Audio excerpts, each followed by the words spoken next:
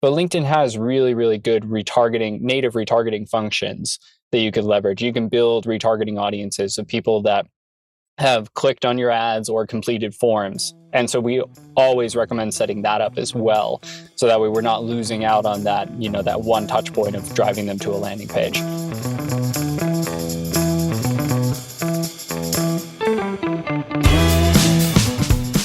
Welcome to the Agents of Change, the podcast experience you've been waiting for your entire marketing career.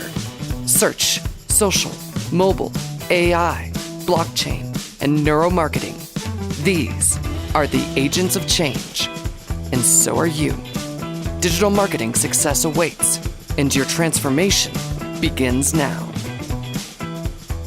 Welcome to another episode of the Agents of Change podcast, the podcast that helps you reach and engage more of your ideal customers online, build your business, build your brand, build your career. My name is Rich Brooks. I'm your host. This is episode 544, powered by the Agents of Change Digital Marketing Conference. The first few times I tried LinkedIn ads for a client, I was underwhelmed. Compared to the cost of Facebook and Google ads, LinkedIn ads seemed both expensive and limiting. Was it because I just wasn't very good at running LinkedIn ads back then? Or has the platform gotten that much better over the years? I don't know, probably a little bit of both. But I can say that LinkedIn ads today can provide incredible value if you understand them, which is what we're going to be diving into today. Now, just a quick reminder that the 10th annual Agents of Change Digital Marketing Conference is coming up this fall, and you don't want to miss it. This is an in-person event that takes place in Portland, Maine on October 9th, 2024. We've got 15 top digital marketing experts ready to spill the beans on how you can reach and engage more of your ideal customers online and grow your business. We've got great networking opportunities and VIP passes that give you face time with our experts. Plus, on October 10th, the following day, we've got our world-famous deep dive workshops. These are half-day, hands-on, limited-size classroom workshops where you'll get to work through things like LinkedIn ads, Facebook ads, video, AI, and more. For the full agenda and our list of amazing speakers, head on over to our website at theagentsofchange.com. What's that? You can't make it to Portland, Maine this October? Well, that really is disappointing, but don't worry, you can still participate in the conference because we do a live feed and we have all the content on demand. More of that information is at the website, again, at theagentsofchange.com. Now, let's uncover the secrets of LinkedIn ads. My next guest is on a mission to share his passion for digital marketing with businesses and help them improve their bottom line.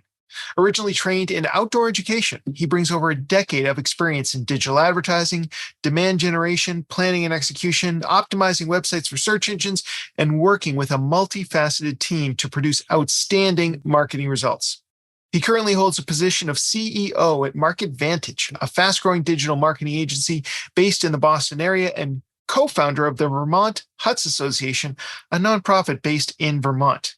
Today, we're going to be diving into LinkedIn ads with Devin Littlefield. Devin, welcome to the podcast. Thank you so much for having me, Rich. It's an honor. I'm excited to dive in here. This is a really important conversation. I'm a big fan of LinkedIn ads, but can you explain to us the concept of audience alignment and why it's crucial for LinkedIn advertising success?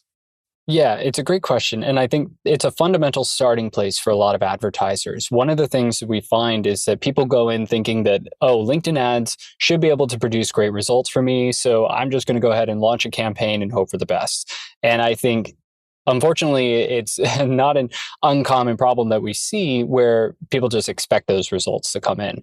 What it really first requires is that understanding of your ideal customer profile and your buyer personas. You want to make sure that you first have documented those and you understand who you're really going after and making sure that it's completely aligned to, of course, your bigger marketing plan. From there, once you have that information and you know exactly who you're going after, that's where we see the first step when you are building a campaign in LinkedIn ads is to then make sure that you are layering in multiple ICP targeting criteria along with multiple buyer persona targeting criteria. And the reason why we recommend that careful layering, which when I'm saying layering, I'm referring to and statements. So you want to say somebody with this job title of director of marketing, chief marketing officer, whatever, and somebody that works at a company in this industry, and somebody with this many years of experience or this skill set or whatever it happens to be at that point. You want to make sure that the reason for using those and statements is you don't want to just open this up to be spaghetti on the wall effectively.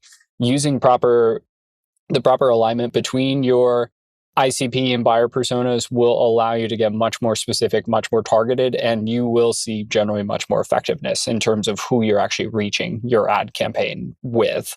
So that's usually the first step, is making sure that, again, you've documented that ICP and buyer persona. It's clear, everybody knows who you're going after in your team, and then you're aligning your campaign strategy to that. So that's usually the first step. You talk a lot about ICP and buyer persona. How do you differentiate those? Like, how are they similar and how are they different?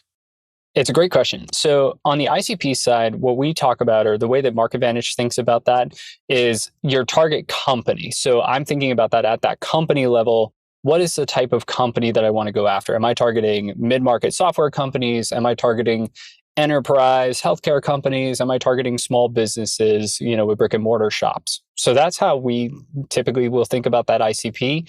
On the buyer persona side, I'm then thinking about the people inside of the ICP who make decisions to buy services or products from you. So MarketVantage, as an example, we would typically go after mid-market and enterprise level customers. Our buyer persona will be typically either director or VP of demand generation. They could be a VP level in terms of just marketing in general, or then the chief marketing officer. Those are really the three big titles that we go after. And so those are our buyer personas. They make the decisions, they hold the budgets, they're the keys to the kingdom, so to speak.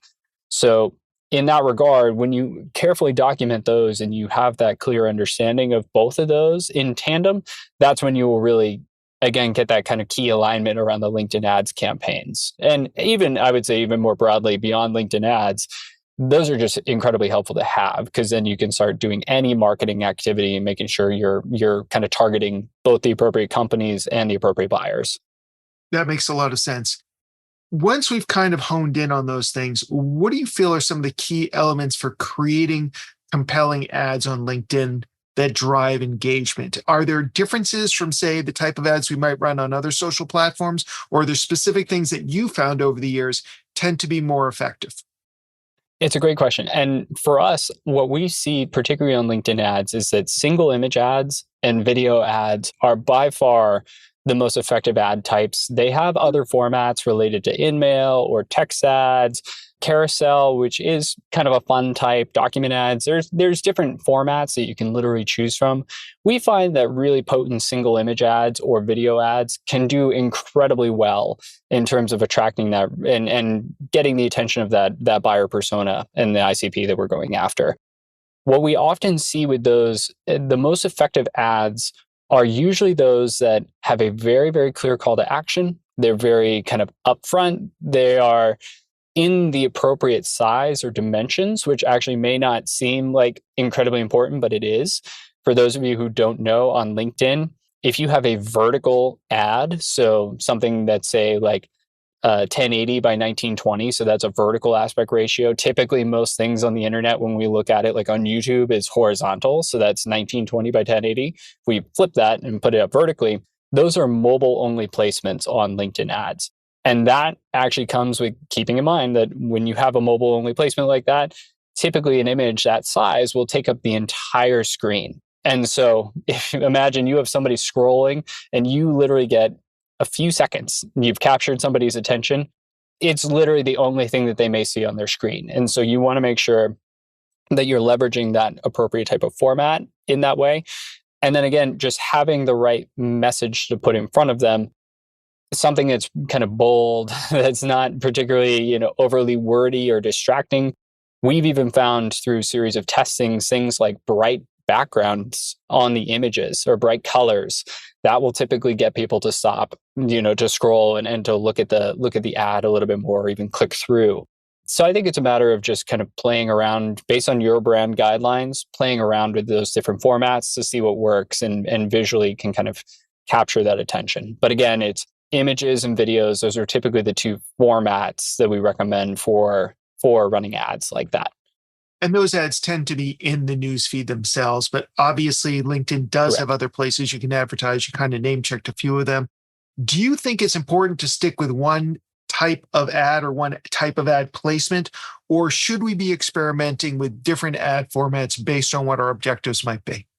It's a great question. And I do think, like anything, it's always worth testing to see what works for you. But generally speaking, we know that single image ads and video ads will typically get the highest click through rates and could lead to the highest level of conversion. So that's why we typically would want to say at minimum focus on those. When you go into other formats around like messaging, as an example, that requires, I would say, a little bit more careful planning around then how do you develop that content? And obviously, you've got to write out potentially multiple messages. Should there be a sequence or carousel images, which require having actually multiple types of images, all kind of shown in a row. So we also find that single image video is a little bit harder to produce, but particularly single image, it's the easiest thing to be able to produce on LinkedIn typically, with the one exception of text ads. But again, we don't find that those are very highly clicked very often.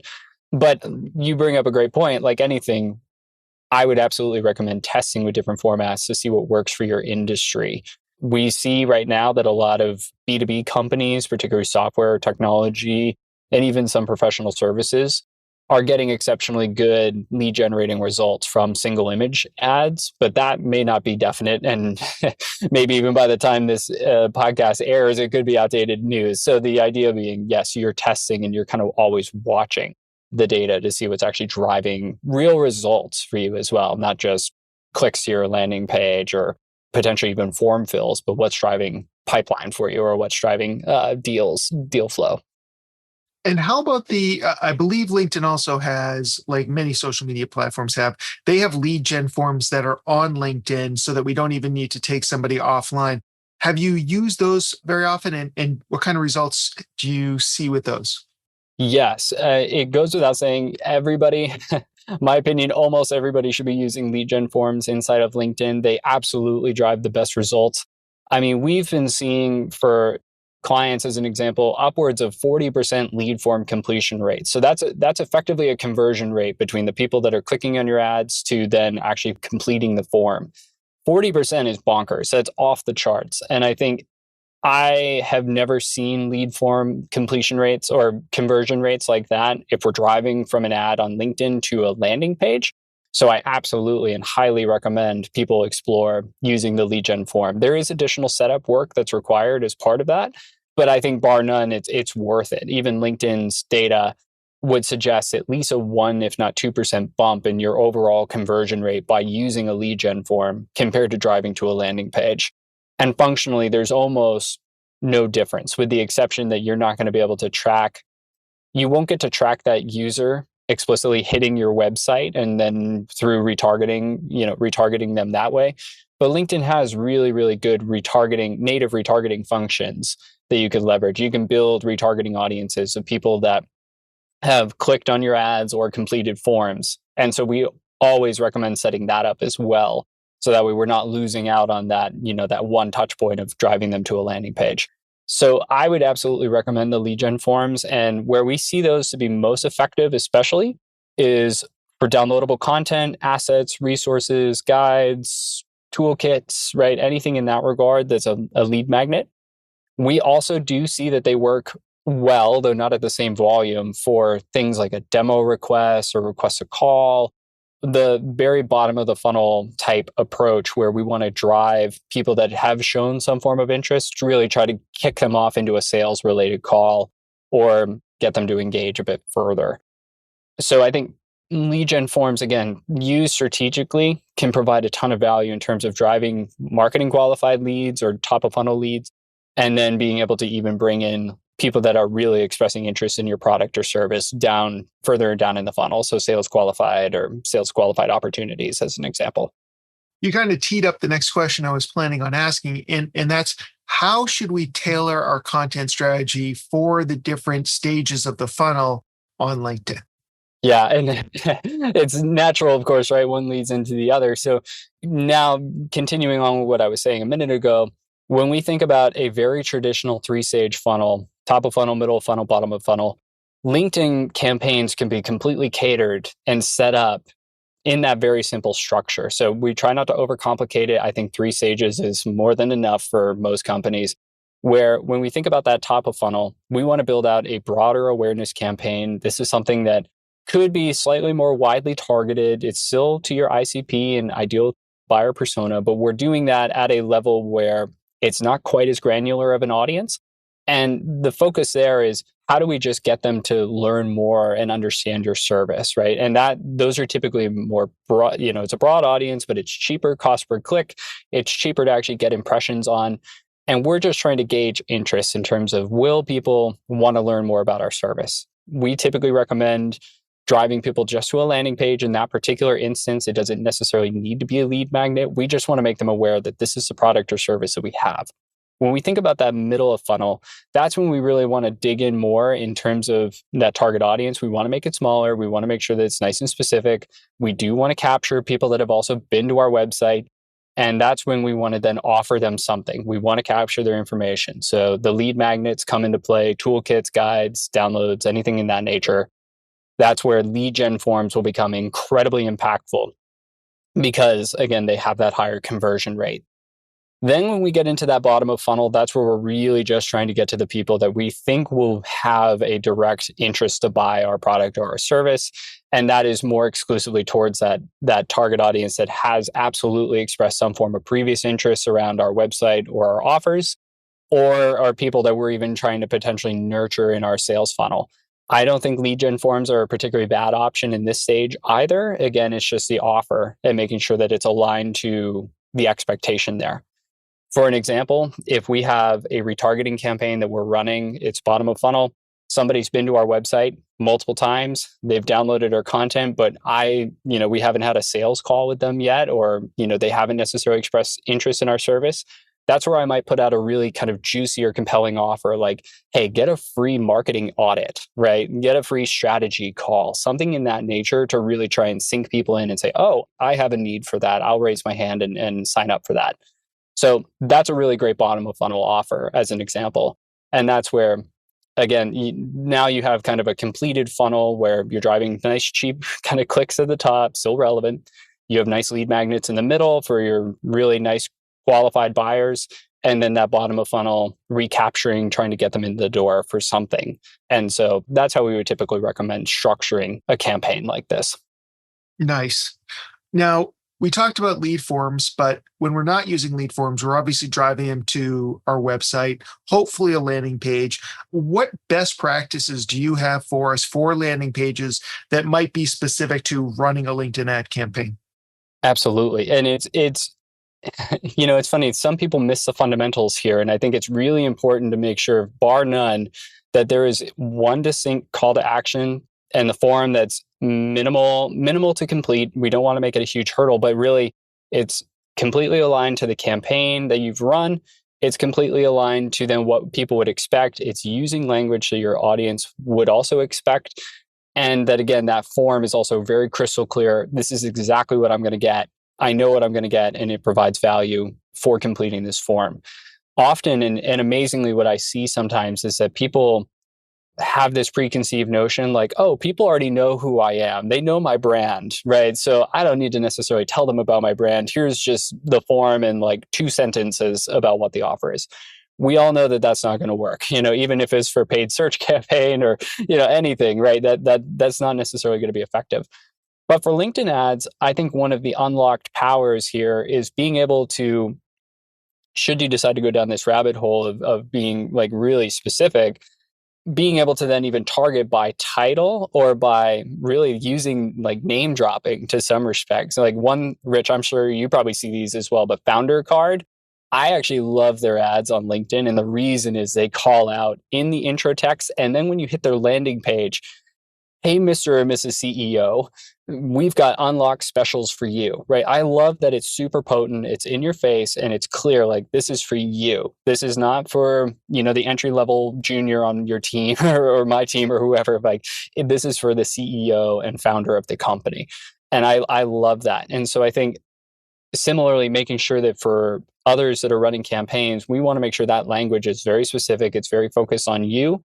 and that there is, again, that clear call to action above anything else. We also, certainly, it goes without saying, I think I often find landing pages are just not quite long enough. What I'm also saying in there is that there's not enough information to actually convince people that you're a service or product worth pursuing. So I think it's mission critical to also make sure you are, I would even say before launching a campaign, getting your potential examples of your buyers or existing buyers to review your landing page and get their honest opinion. Does this make sense? Does this clearly convey the service or the product that I have? Does it clearly explain it well enough to get you to pique interest and to fill out a form of some kind? So I think that is also incredibly valuable feedback to get from existing customers or existing clients in that regard as well. That's a great piece of advice. And I hope people, whether it's LinkedIn ads or anything else, that's just a piece of advice that I think most marketers don't currently practice, but absolutely should. Yeah. As we're thinking about putting together these campaigns, do you have any quick hit tips or best practices for setting up LinkedIn ad campaigns that can either help us save money or improve performance? Yeah. And I will point out just really quick on the creative side or the ad format side, I think people try to overcomplicate ad creative. I think some of the most powerful and influential ads out there are those that are super simple and easy. And I actually often think and gravitate towards like really powerful magazine ads. Actually, Tesla just released one recently that it was a full page or a half page ad in one of the magazines. And it was a Tesla that was like out of focus and zooming away. So like it looked like it was going off the page. And then there was some really potent texts about like 0 to 60 never looked so good, or, catching the blur. Like it was just a very well put together ad. And then it just had the Tesla logo at the bottom. I love Shopify. Was running a campaign for a while that just had a woman on her cell phone, wasn't overly complicated. And then the text was get paid faster, like super potent, super clear. Any graphic designer could have pulled that together in 5 minutes. It wasn't incredibly hard or difficult. But I think the simplicity, the power came in the simplicity of that type of graphic. So I do want to make sure that that's emphasized. We do not need to be overcomplicating these campaigns or these images. But some other quick hit settings that I absolutely recommend everybody consider pursuing.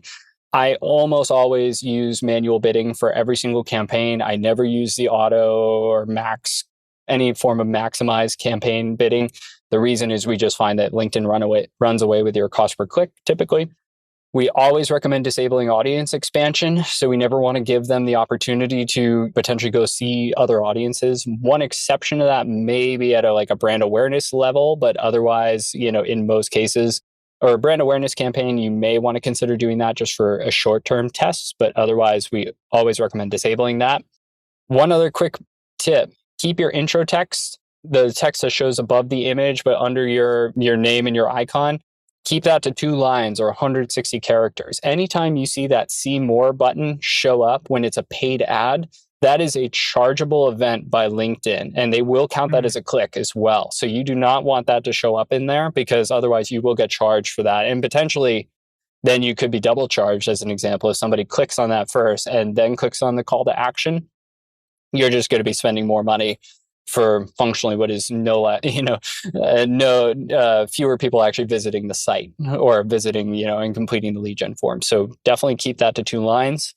We also do not recommend using the audience network by LinkedIn. So it's 2 different functions. It's different from the audience expansion. The audience network is kind of like the expanded display network for Google Ads. Like it just goes out somewhere in the ether. You don't really know where it is. And that's where most of the money is going to go. So we don't recommend that. And then the last thing, and this is more of just like a sidebar or pro tip, I always recommend setting end dates for your campaigns, especially for those that you're going to be self-managing and it may not be checking in on every single day. The reason for that is simply so that way campaigns don't just go on indefinitely in case you lose track of it. If you're not actively managing it, it's best to just be safe, turn it off for a short period of time or let it run its course. And then your budget or your money won't just continuously run if you're not actively kind of paying attention to it. So that's just another, maybe more like a pro tip on the management side, not so much a campaign setup side. Understood. I know that most people who spend money on advertising want to, perhaps expect to get immediate results. When you're Mm. talking to a client and helping them manage their expectations on LinkedIn, how long do you usually say that it will be? Do you say we're going to get immediate results for you? There'll be an immediate ROI? No. Or are you saying it's 3, 6, 12 months before it really gets up to speed? Yeah, and it's a great question. I think you and I have probably experienced a lot of the same things. People want instant results. No, you do not get instant results from advertising. LinkedIn is no exception to that. We are typically recommending at this point 3 months as a minimum, like an absolute minimum. Like we need at least 3 months to kind of dial in the campaigns, the messaging, the right tone, the ad creative. Like that's just minimum maintenance time to make sure that we can start to prove out some results. And when I'm also saying prove out results, I'm referring to, are we seeing strong click-through rates that are in line or above benchmarks for your industry on LinkedIn? Are we seeing that there's lead flow coming in at an adequate rate? Is the cost per lead viable? And is it in expectation or in line with the expectations of what the client is willing to pay? Those are several things that we think about and how we kind of optimize within the first 3 months. From really like 3 months onwards to even like 9, that's when we then take a much more close look around the actual sales funnel for your product or service. We want to make sure that we're actually seeing deals that are coming into pipeline that show some form of interest in your product or service. And we give it that time frame somewhat arbitrarily. It depends entirely on your business and what your typical sales cycle may look like.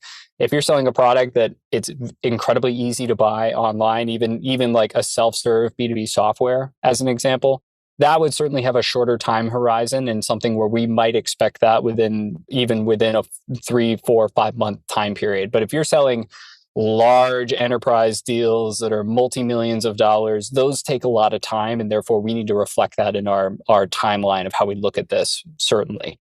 But all of it to say, it is partially dependent upon your product or service and how long deals typically take to close. But we would expect that campaigns should be able to produce some top line performance, those 3 metrics I mentioned earlier, certainly within 3 months. And that's what we use to gauge initially. Beyond that, then we're looking at hard CRM data to see where these deals are actually coming from and is the deal volume sufficient. At the end of the day, though, any decision around running LinkedIn ads should be entirely based on, is it helping achieve the goals that the marketing team and or the business is expecting to achieve? And I think if the answer is no in both of those cases, and you've given it a sufficient amount of time in testing, then it's absolutely not worth running. But if you are seeing the results and it's, just taking a little bit longer time, that's less concerning to me.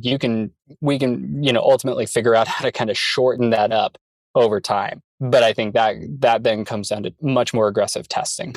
So unfortunately, the answer is it depends in this case. But ultimately, I would not expect anything less than 3 months. And I would say if you are not seeing anything beyond even 9 months, that's when I would start to get concerned. Even for companies that are selling enterprise level services or software at that point, I would still expect something within 9 months, at least some signs of life at that stage. Right. Maybe not closing the sale if you have a very long sales cycle, but you should be getting some sales qualified leads at that point that Absolutely. are expected to lead to a certain. Excellent. Devin, this has Absolutely. been great. If people want to learn more about you, about Market Vantage, where can we send them online? Absolutely. So the best place to find me is either on LinkedIn. So it's Devin Littlefield, just nice and easy. Go to LinkedIn, just type in my name, and that's Devin with an I. Otherwise, I am becoming more active on X and Reddit as well. Both of those, you should be able to just find me by my name. And then otherwise, Market Vantage. So marketvantage.com is the other best place to track me down. Awesome. And we'll have those links in the show notes. Devin, thank you so much for coming by today. Thank you so much. It was a pleasure, Rich. Did you miss anything? Was there something that you wish that you had been taking better notes on? Don't worry, we've got you covered. You can get the full transcript and the highlights and takeaways from this episode and all the links that Devin shared with us. Just head on over to our website at theagentsofchange.com/544. And while you're there, be sure to check out all the information about our upcoming 10th annual Digital Marketing Conference. It's a lot like the podcast, except it's in person and we all get together and you get to meet everybody and break bread and raise a glass. It's a pretty amazing experience, which is why we've been able to put it on for so many years. I'd love to see you there. I'd love to meet you face to face. So go ahead, grab your ticket, reserve your spot, and I'll see you this October. Until then, remain an agent of change. Don't miss another thrilling episode of the Agents of Change podcast. Be sure to subscribe on your favorite podcasting platform.